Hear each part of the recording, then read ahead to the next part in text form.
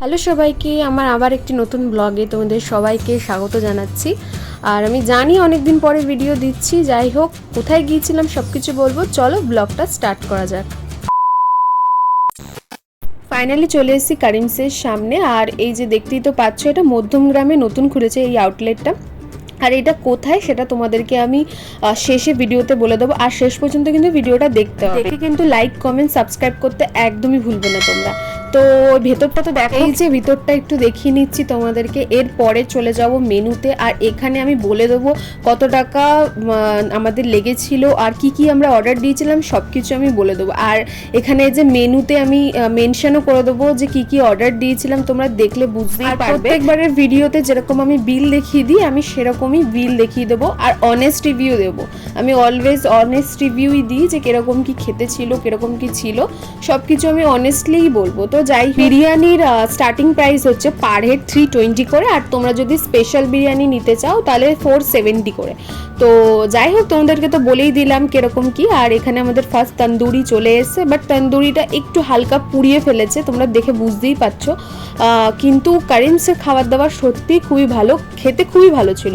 দেখো, আমি তো আর প্রমোশন করছি না, কোনো প্রমোশন ভিডিও করছি না আমি। আমার যেটা অনেস্ট রিভিউ হবে আমি সেটাই তোমাদেরকে বলবো যে কিরকম কি ছিল। আমার কাছে ভালো লেগেছে। এরপরে আমি চিকেন বিরিয়ানি খেয়েছিলাম, আমার কাছে সেটাও খুবই ভালো লেগেছে।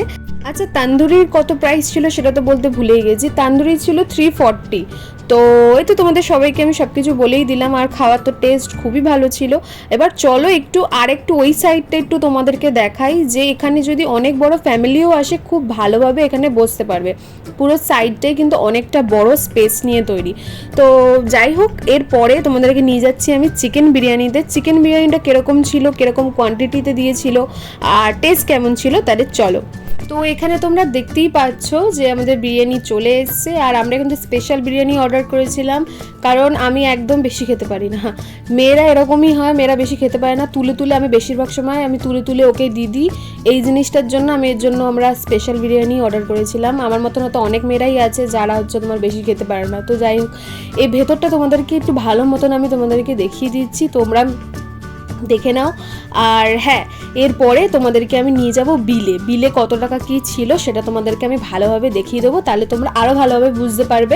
আমি অ্যাড্রেসটা মুখে বলে দেবো, কিন্তু তোমরা যদি নাও বুঝতে পারো আমি আবার লিখে দেবো। এই যে আমাদের বিলটা আছে, দেখতেই পাচ্ছ আমাদের কত টাকা বিল হয়েছিল, 840 টাকা।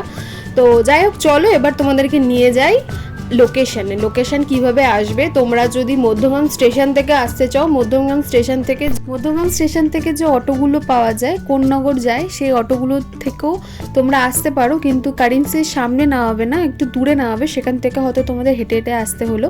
আর কিন্তু তোমরা যদি চৌমাথা থেকে যদি বাসে করে যাও, বা মানে ওই দমদম থেকে যদি তোমরা বাসে করে আসো মধ্যমগ্রামের দিকে, কাটাখালে নামলেই একদম রোডের ওপরেই পাশে তোমরা রাস্তা দিয়েই দেখতে পাবে। তাহলে যাই হোক, চলো আজকের জন্য এটুকু, দেখা হবে তোমাদের সাথে নতুন ব্লগে।